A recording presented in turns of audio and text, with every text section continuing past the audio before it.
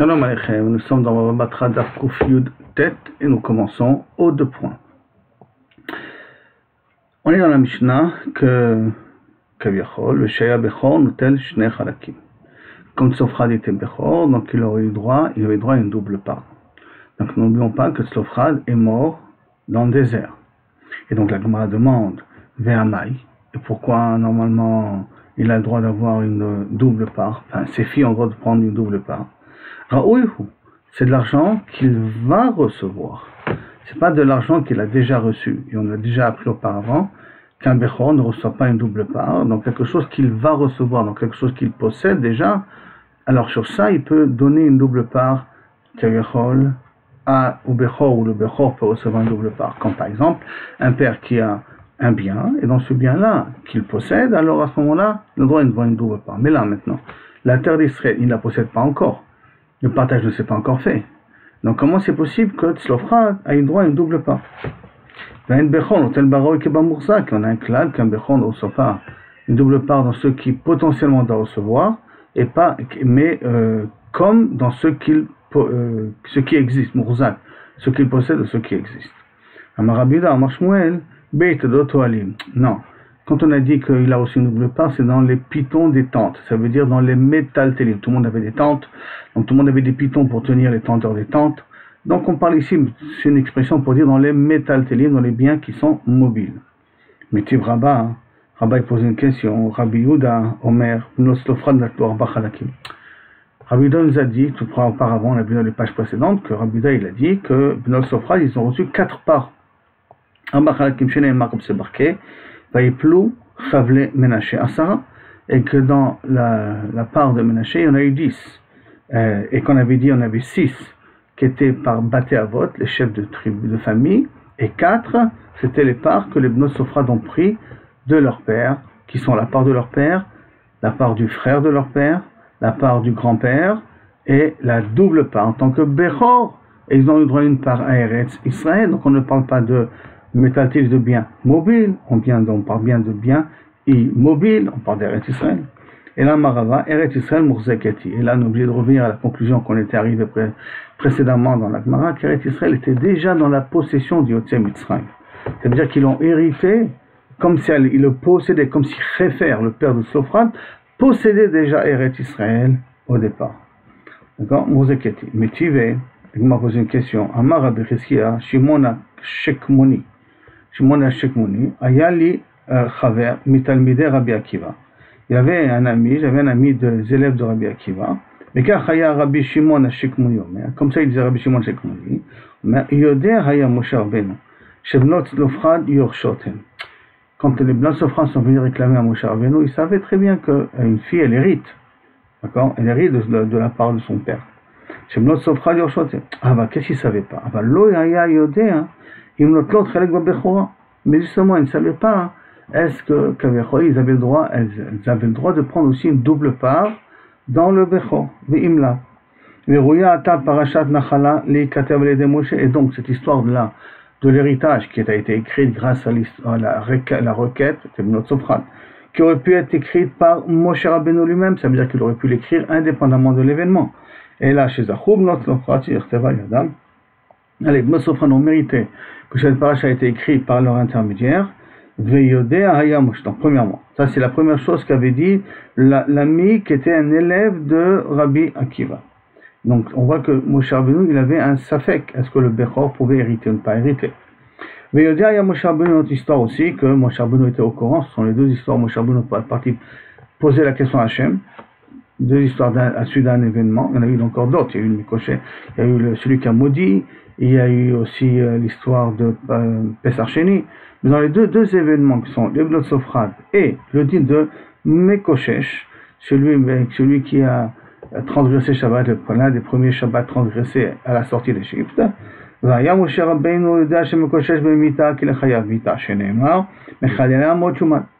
déjà appris, il a déjà enseigné ce din-là. Alors sur quoi il veut le savoir? Il ne savait pas dans quel mot le tuer. Normalement, vous pourrez très bien me dire qu'il pouvait savoir, mais mot chumat c'est toujours ce qu'il a. Mais comme ce qu'il avait fait, il avait fait un peu les Shem Shamaim, il avait fait pour la volonté de montrer que bien que le veau d'or a déjà été fait et que malheureusement il n'y a plus beaucoup de chances de pouvoir s'en sortir de la faute du veau d'or et la faute des meraglim, alors il a voulu montrer que la chod continue et qu'il faut faire quand même attention. Donc il avait un petit peu transgressé Shabbat, les Shem Shamaim, si on peut appeler ça comme ça. Donc peut-être il fallait lui donner une mort plus douce. Et donc, Rouya est à parcha de Mekoshesh, c'était Katev de Moshe, donc la parcha de Mekoshesh aurait été écrite à partir par Moshe. Et là, Kitchayev Mekoshesh, comme Mekoshesh, il a fait ce qu'il a fait. Et il a été Mitrayev, venir Teva Yado, et c'est comme ça que l'événement a été écrit par son intermédiaire. De là, on vient nous apprendre une des règles dans la vie qui sont on peut faire découler, on peut faire amener de bons événements par les personnes qui méritent de transmettre de bons événements. Et on peut faire amener de événements qui sont tragiques par des personnes qui, dès le départ, ont un comportement ou ont un problème. Et donc, ayant un problème, c'est à eux de transmettre ces problèmes-là au Ham Israël, si on peut appeler ça un problème, l'histoire mais du Mechalel Shabbat. D'accord? Et si tu veux, maintenant qu'on a amené ces deux mémoires-là de l'ami qui était un élève de Rabbi Akiva, de cette personne qui s'appelait Chidka Shimon Hashikmoni, je comprends pas. S'il avait un safek, Eretz Israël Murzeket, si Eretz Israël s'appelle déjà qu'il possédait de départ, Makamistabkal, en quoi il avait un safek Moshe Rabbeinu là-dessus? Alors, Higufa Kamistabkale. Non, ce sujet-là lui-même, il avait un problème, comment l'expliquer au niveau des psukim. Que nous, Bassof, on l'a expliqué. Et que Akash Bokhu lui dit comment l'expliquer. Pourquoi? Dire qu'il y a marqué d'un côté, Venatati Otan Lachem Moracha. Et je vous donnerai cette terre-là comme Moracha, comme terre pour faire hériter. Pas Yerusha, comme héritage. Comme Moracha. Ve'ani Hashem Yerusha hi lachem. Et maintenant, le pasuk qui est là-dessus du pasuk, qui a dit Yerushahi lachem, c'est un héritage à vous, mais avotechem de vos ancêtres. D'accord? Odinma, et donc si c'est de vos ancêtres, vous le possédez déjà. Si vous le possédez déjà, donc le Mecho, il mérite d'avoir une double part. Odinma, chez Morishin, qu'ils peuvent faire hériter la terre d'Israël, Enam Yorshin, mais ils n'héritent pas la terre d'Israël. Eux-mêmes n'héritent pas, ils peuvent faire hériter. C'est dans le trou d'hériter, mais ils ne la possédaient pas. Et là, dans ce moment-là, le Bechor, comme Sofra, n'hérite pas d'avoir une double part. Pashtou les Tarvayou, et Bassof, ils ont expliqué les deux psukim, Yerusha lachem avotechem, que premièrement, c'est un héritage que vous l'avez reçu de vos ancêtres, ça veut dire que c'est Mourzak, et en plus de ça, Morishim ve'enam Yoshim, que vous ferez hériter cette terre-là, mais vous ne l'hériterez pas, mais pour une autre raison. Pas du point de vue juridique, vous ne l'hériterez pas, c'est tout simplement, vous ne serez pas là pour la faire hériter. Pourquoi? Parce que vous allez mourir dans le désert. Qui veut dire que, Daino Dirtiv, c'est ce que va vous dire le Pasuk, dans la Shira, Tevi Emo, Vetita Emo Be'an Achalatecha. Tu les amèneras et tu les installeras dans les montagnes de ton héritage, l'Eretz Israël. Le ministre nous dit ça à la sortie d'Égypte. Tu les ramèneras. Mais qui les amènerait? Pas nous. Qui les? Tu nous amèneras. Tu nous amèneras. L'onema, c'est pas écrit ici. Et là, tu les amèneras. Mais la med, c'est mitnabim, benam yeddim ma mitnabim. Ils sont en train dans leur shira d'une prophétie. Quelle prophétie? Ben, qu'eux ne rentreront pas en Eretz Israël. Et ils n'étaient même pas conscients qu'ils étaient en train de dire des mots qui étaient des mots prophétiques, en leur disant qu'ils ne méritent pas de rentrer en Eretz Israël. Donc, quand on dit qu'ils sont Morishim ve'enam Yorshim, ne veut pas dire qu'ils ne possèdent pas la terre, ils possèdent la terre, tout simplement, ils ne mériteront pas de rentrer en Eretz Israël, et c'est pour ça que vous serez Morishim ve'enam Yorshim. D'accord? Donc, premièrement, Morasha, Datati lachem Morasha, je vais donner ça comme un héritage. Ani Hashem Yerusha ilachem yavotechem. Je vous donne ça comme un héritage et je vous le fais hériter. C'est qu'en vérité, on la mérite. Elle est à nous, on est Mourzak, mais malheureusement, on ne pourra pas en profiter. C'est ça que ça voulait dire pour les Yotse Mitzrayim. La Gemara elle continue avec l'histoire des Bnot Slofra. Il y a marqué dans le Pasuk, Tamod la lifne Moshe, lifne Elazar Kohen, lifne Anissim. Vechol Haïda. Et ils sont tenus devant Moshe, devant Elazar Cohen, devant les Nissim, les présidents, et Kol Haïda et tous les chefs de tribu ou tous les Dayanim. Et Fshar Amdou Lifne Moshe, devant Moulin d'abord. C'est possible qu'ils sont venus devant Moshe Rabbeinu, ils ont posé la question et ils n'auront pas répondu. Amdou Lifne Nissim, Kol Haïda, et après tu vas poser la question en élève. Si le Rav ne sait pas, comment l'élève peut savoir? Et là, ça reste un Mikra Vedasho, et là tu dois inverser l'ordre du Pasuk. Ah, alors pourquoi ça a été écrit de cette manière-là? Pour donner kavod à celui qui mérite en premier, qui est Moshe Rabbeinu. En vérité, d'abord ils ont demandé à Aïda, ils n'ont pas pu répondre, ils ont demandé à Nissim, ils n'ont pas pu répondre, ils ont demandé à Elazar, ils n'ont pas pu répondre, ils ont demandé à Moshe Rabbeinu. Et il a posé la question à Kadosh Baruch Hu. Mishum, Abba Hanan, par contre, excusez-moi, d'Ivrei Rabbi Yeshaya, tout ça c'est l'expression de Rabbi Yeshaya. Par contre, Abba Hanan, Abba il dit Amar, Mishum Rabbi Elazar, Rabbi Elazar, Bebet Hamidrash, Ayu Yoshvi. En réalité, ils étaient tous assis au Bet Hamidrash, il y avait Moshe, Elazar, Nissim, les Rashi Haïda, tout le monde était présent. Ils sont venus, ils ont posé la question devant tout le monde. Bon, bien entendu, tout le monde a laissé la parole à Moshe Rabbeinu, et Moshe Rabbeinu dit, je vais faire transmettre la requête au bon Dieu, à Hachem, pour avoir la réponse. Quelle différence si tu dis que d'abord ils sont passés chez la Haïda, Nissim, ou de dire que tout était présent ici. Mais Maïka Miflege, Mor Savar, Cholkim Kavod à Talmid de Mkomara. Là, il pense qu'on peut faire, en fait, que le Rav accepte de faire du Kavod au Talmid à son élève quand le Rav est présent. Ça veut dire que lorsque tu poses une question, le Rav il accepte que d'abord l'élève il essaie de répondre. Et ça fait du Kavod au Rav qu'on pose la question à son élève.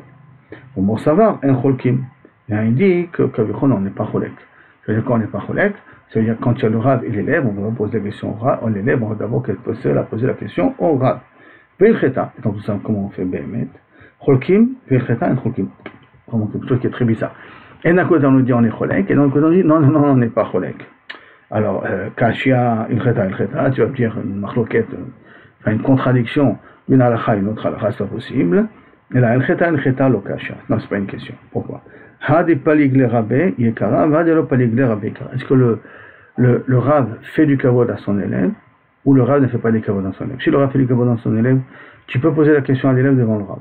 Si le Rav ne fait pas du kavod à son élève, alors à ce moment-là, tu dois poser la question au Rav et pas à l'élève lui-même. Et c'est ça qui peut s'appliquer aujourd'hui.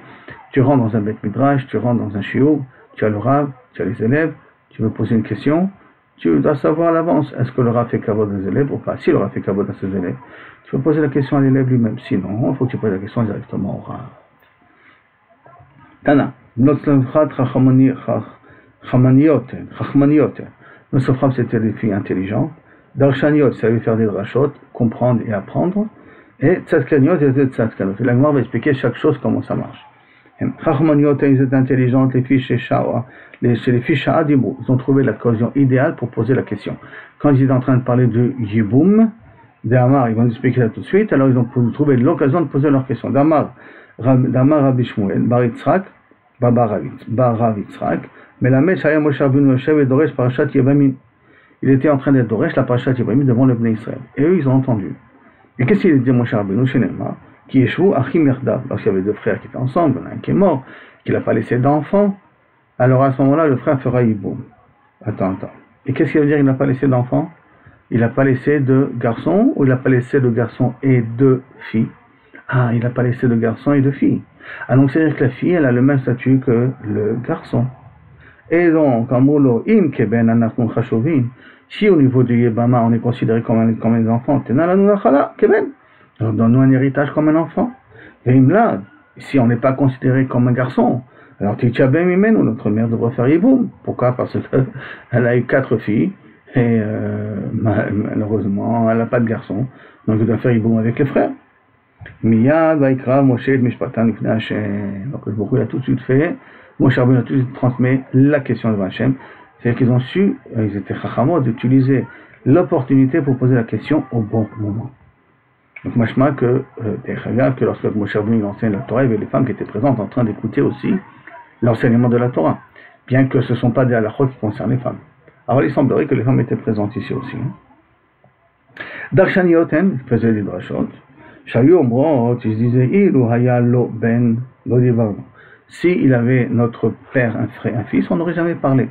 Pourquoi? Parce qu'on sait très bien que, normalement, c'est le garçon qui vient et qui hérite. L'Agma dit, Vatania Bat. Il y a une braïta qui dit, si on n'a pas eu de fille, alors Rabbi Ermias, Sami Mikan Bat, on l'enlève. Tu vois que cette braïta, elle est fausse, elle ne tient pas la route. C'est pas une fille. Si elle n'est pas un garçon, le marché, il essaie d'expliquer un petit peu comment ça marche. Comment ici on peut essayer de comprendre la vamina de cette braïta-là?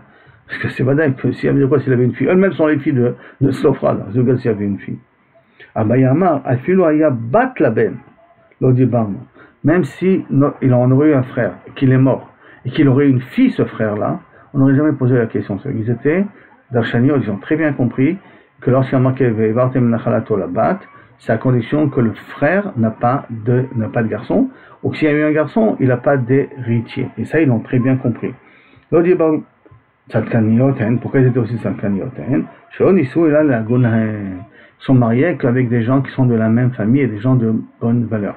Qui veut dire que, normalement, à l'époque, avant d'entrer en Eretz Israël, on n'avait pas le droit à une fille de se marier d'une tribu à une autre tribu. Hein. Mais exceptionnellement, pour les Bnot Slofrad, Akadosh Baruch Hu a donné la permission de se marier avec une autre tribu. Parce qu'ils étaient déjà un petit peu âgés. Mais, Akadosh Baruch Hu a conseillé, et Tzatova, qu'ils prennent Mitorbet Avotam, de la famille, de leur famille à eux. Et donc, elles ont attendu jusqu'à qu'elles ont trouvé quelqu'un qui était apte à pouvoir se marier avec elles, de leur famille. C'est ça que ça montre qu'elles étaient Tzadkaniyot. Rabbi Eliezer, Ben Yaakov, même la plus jeune parmi les filles de Slofrad, Lonissa Pachot Marwim Shana, a eu 40 ans, à l'âge de 40 ans, elle s'est mariée. Vous comprenez qu'elles étaient déjà âgées. Donc à 40 ans, elles se sont mariées. Bon. 40 ans, ça veut dire que normalement, comme 40 ans, on peut avoir d'enfants. Il m'a demandé, est-ce que c'est possible? Ils ont dit, Pechutami bat Esrim, quelqu'un qui a moins de 20 ans, Yoledet ad Shishim. Elle peut avoir, si elle se marie à moins de 20 ans, elle peut avoir des enfants jusqu'à l'âge de 60 ans. Ça veut dire qu'il y a une possibilité. Bat Esrim, si elle se marie à l'âge de 20 ans, Yoledet Atabarim. Jusqu'à 40 ans, elle peut avoir des enfants. 40 ans, 41 ans, 42 ans, 43 ans, 45, on peut tirer. Greg. Bat Arbaim, si elle s'est mariée à l'âge de 40 ans, Shuv Ena Yoledet, elle ne peut pas avoir d'enfants. Comment c'est possible alors que tu me dis qu'elles se sont mariées à l'âge de... La plus petite s'est mariée à l'âge de 40 ans, rien que pour attendre quelqu'un qui est un Goun Lahem, qui est apte pour elle, qui est de bonne famille, et ils ont eu des enfants, parce que sinon personne n'aurait voulu se marier avec elle, si tu sais d'avance qu'elle ne peut pas avoir d'enfants. Comme son sadikot, ils ont eu un miracle. Quel miracle? Comme Yochevet, Dirtiv, comme c'est marqué, quel miracle de Yochevet, Ish mi Bet Levi, et il y a un homme qui est parti de Bet Levi. Vaikach et Bat Levi, ça c'est Amram, parce que n'oublions pas après qu'il a divorcé de Yochevet, il a repris Yochevet par l'intermédiaire de Myriam. Et quel âge elle avait? Beishar Bat Mea Shloshim Shana, elle a 130 ans, et elle a eu un enfant. 130 ans, en vérité, elle a déjà eu Aaron et Myriam déjà avant. En tout cas, depuis 130 ans, 124 ans. 124 ans, elle a déjà eu Myriam. 127 ans, elle a eu Aaron. 130 ans, elle a eu Moshe.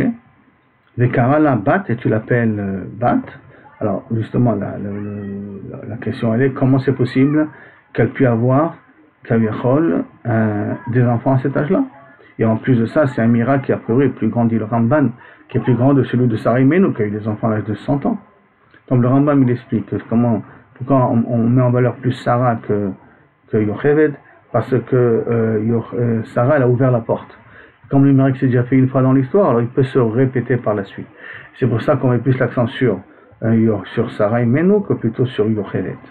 Alors, Damar Rabba Bachana, Zo Yocheved, qui c'est cette femme-là qui, a priori, que Amram ben Lévi a pris de Bat Lévi, la fille de Lévi, c'est qui? Zo Yocheved, Shorata Beder, qu'elle a été tombée enceinte en chemin pendant qu'ils étaient en train de descendre vers l'Égypte. Venolda ben Achomot, elle est née à l'entrée d'Égypte avec Yaakov Avinu. C'est elle qui fait la 70e personne. Dirtiv, comme c'est marqué, Asher Yalda Oto le Lévi ve Mitzrayim, qu'elle a mis au monde à Lévi en Égypte. Ledata be Mitzrayim, Vorata sur Mitzrayim. Elle a été accouchée en Égypte, mais elle a été fécondée, la mère est tombée enceinte d'Afka quand elle était en dehors de l'Égypte. Ma'amai Karou la Bat. Alors, pourquoi on l'appelle Bat Lévi, la fille de Lévi? Amar Rabbi Yehuda, Amar Zevida, mais la mèche, on a Basimanim la route, qu'il y a eu des signes de jeunesse qui sont nés chez elle. Comment ça? Nit aden abassar, la peau est devenue blanche et lisse comme celle d'une jeune fille. Nit pashtu akmatim, il n'y avait plus de rides. Vechazar ayofilim, comme moi, elle est devenue jeune et belle comme elle était au départ. Et ça, c'est autre chose parce que ça. Pourquoi ils étaient très contents, Aaron et Myriam là-dessus, explique les commentaires. Parce que à partir du moment où plus tard la Torah va interdire à une personne de prendre sa tante. Or, Yochebed, c'est la tante de Amram. C'est la fille de Kehat, donc c'est la tante de Amram. Et comme c'est c'est la tante de Amram et que la Torah va interdire à un neveu de se marier avec sa tante plus tard. Donc, Chal Shalom, comme quoi les gens ils vont parler par la suite en disant que vous descendez d'une union qui est interdite.